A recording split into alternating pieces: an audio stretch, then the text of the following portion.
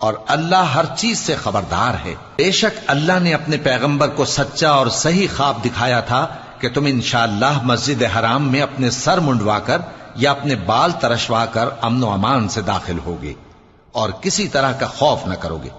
جو بات تم نہیں جانتے تھے اللہ کو معلوم تھی، سو اس نے اس سے پہلے ہی جلد ایک فتح عطا فرمائی۔ وہی تو ہے جس نے اپنے پیغمبر کو ہدایت کی کتاب اور دین حق دے کر بھیجا تاکہ اس کو تمام دینوں پر غالب کرے، اور حق ثابت کرنے کے لیے اللہ ہی کافی ہے۔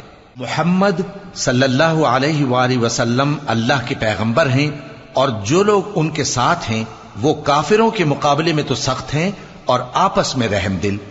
اے دیکھنے والے، تو ان کو دیکھتا ہے کہ اللہ کے آگے جھکے ہوئے سر بسجود ہیں اور اللہ کا فضل اور اس کی خوشنودی طلب کر رہے ہیں۔